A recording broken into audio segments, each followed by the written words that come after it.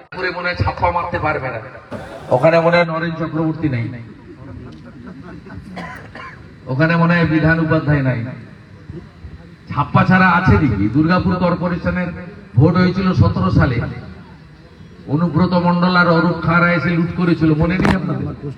Durgapur কর্পোরেশনে vote দিতে দিয়েছে, panchayat vote হয়, কর্পোরেশনে ভোট হয়, পৌরসভার ভোট হয়, ফ্যামিলি নিয়ে যান না ভোট দিতে, বলে হ্যাঁ জ্যাঠামশাই ভোট হয়ে গেছে, যান বাড়িতে যান ছুটি কাটান। দাদা, শাসক দল বলছে যে কয়লা বালি নিয়ে ইডি সিবিআই আবার ইলেকশন আসছে, আবার নাচ হবে, এটা একটা নাটক হচ্ছে, এখনো কোনো রেজাল্ট পাওয়া যায়নি। কি রেজাল্ট পাওয়া যায়? শাসক দল বলছে কয়লা বালি নিয়ে ইডি সিবিআই যা হচ্ছে এটা কিছুই হয় না। আপনার এখানে জসিমউদ্দিন না কে বড় একটা ঠিকাদার আছে, তার সব অ্যাকাউন্ট আইটি ফ্রিজ করে রেখেছে, খোঁজ আছে আপনাদের কাছে? মলয় ঘটকের পিএ শঙ্কর, মলয় ঘটক কতবার ঘুরে এসেছে ওখান থেকে? আপনারা জানেন কেষ্ট 2 বছর জেল খেটেছে, কেষ্টর কোনো অ্যাকাউন্ট অপারেট হতে পারছে না, তার সব প্রপার্টি, তার সিকিউরিটি সব প্রপার্টি অ্যাটাচমেন্ট করেছে ইডি। আমরা খোঁজ রাখেন, ওরা বাইরে দেখাতে হয় ওদেরকে, নইলে যে কটা লোক এখন ঘুরে বেড়াচ্ছে সে কটা লোককেও পাবে না চাঙ্গা রাখার জন্য।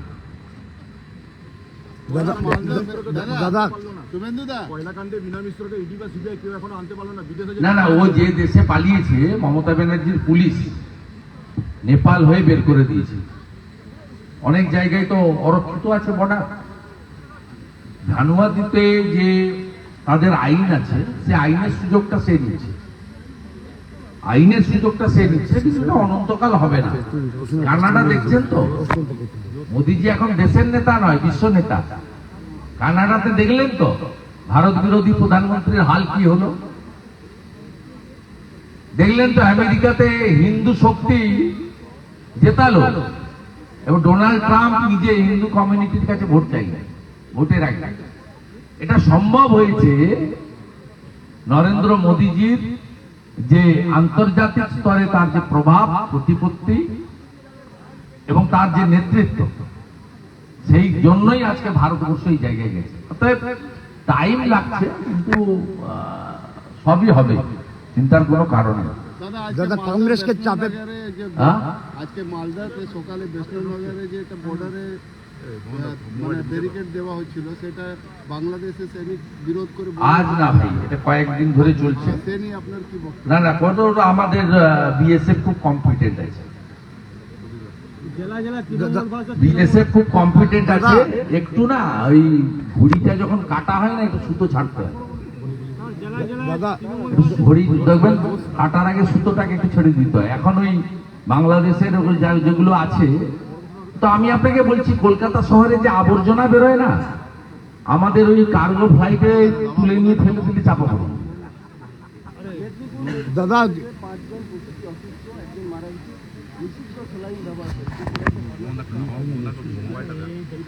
নিশ্চিতভাবে ভাইপোর কোনো কোম্পানি সাপ্লাই দেয়।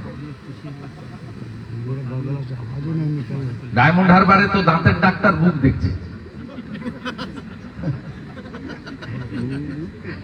অতএব এখানেও আছে। দাদা, যেখানেই উড়াইবেন ধুলা, সেখানেই পাইবেন কিছু না কিছু গন্ধ, অমূল্য রতন। দাদা, দিল্লিতে কংগ্রেসকে দায়ী করে, কে দিল্লিতে কংগ্রেসকে দায়ী করে আপে সমর্থন করেছে तृणमूल। ये बात मैं पहले से बता रहा हूँ, टीएमसी नेशनल पार्टी नहीं है। त्रिपुरा, मेघालय, गोवा का चुनाव का बाद टीएमसी का टीएमसी যে ন্যাশনাল ছিল স্ট্যাটাস, সেটা চলে গেছে। আপনাদের এআইটিসি নাম মানে ন্যাশনাল পার্টি নয়, ওনাদের নামটা হচ্ছে এআইটিসি। ওনাদের অর্থাৎ যে পার্টি স্টেট পার্টি, সে দিল্লির ভোটে অপ্রাসঙ্গিক, এবং দিল্লিতে প্রচুর বাঙালি ভোটার আছে।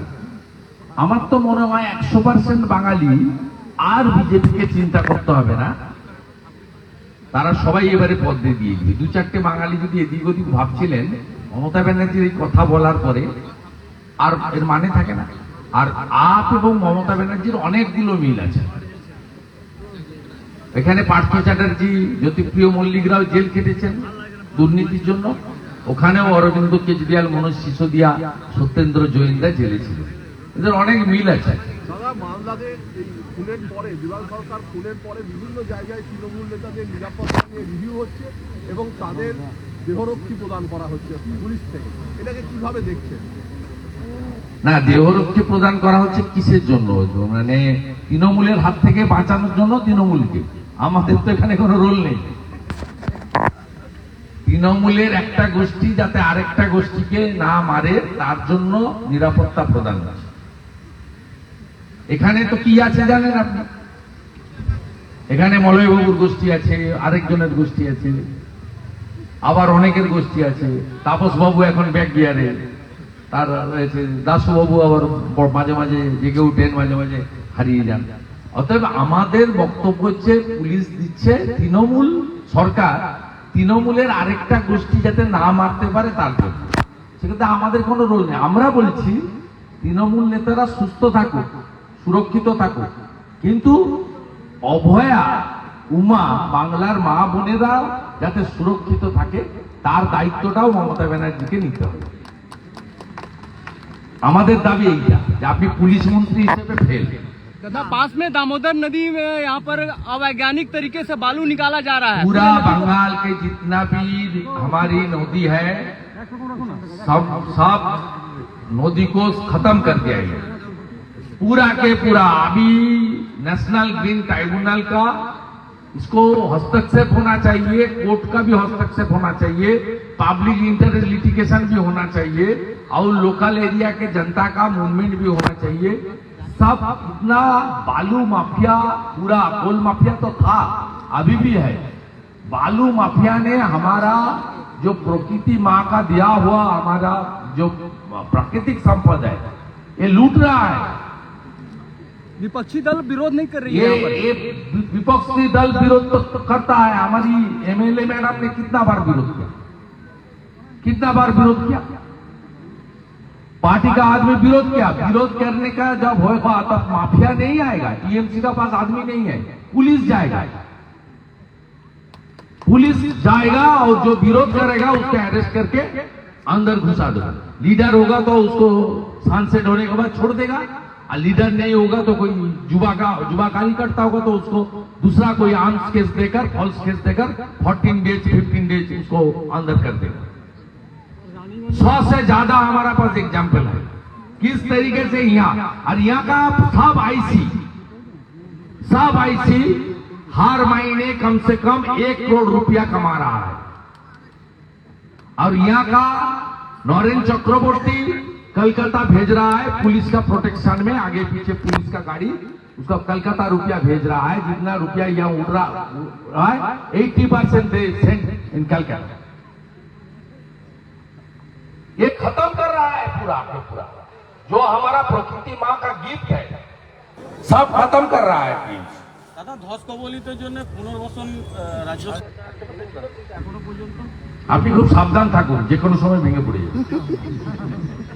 আমি আপনাকে বলছি এটা সিরিয়াসলি নেবেন এখানকার লোকজন, এন্টার কোল বেল্টের লোকজন। আমি রেসপন্সিবল, আমি এমপি এমএলএ একাধিকবার বলছি। আমি আপনাকে বলছি নিচটা গোটা ফাঁকা করে নিয়ে যাচ্ছে। আপনারা ভাবছেন আমরা তো সাইকেলে 2-4 বস্তা পাচ্ছি, এই দুর্মূল্যের বাজারে মাসে 20-30 হাজার টাকা কামাই হয়ে যাচ্ছে, কিন্তু তার আপনাদেরকে সামনে রেখে নিচে কি করছে এবং ইসিএল এর যে অফিসিয়াল মাইনিংস আছে সেটা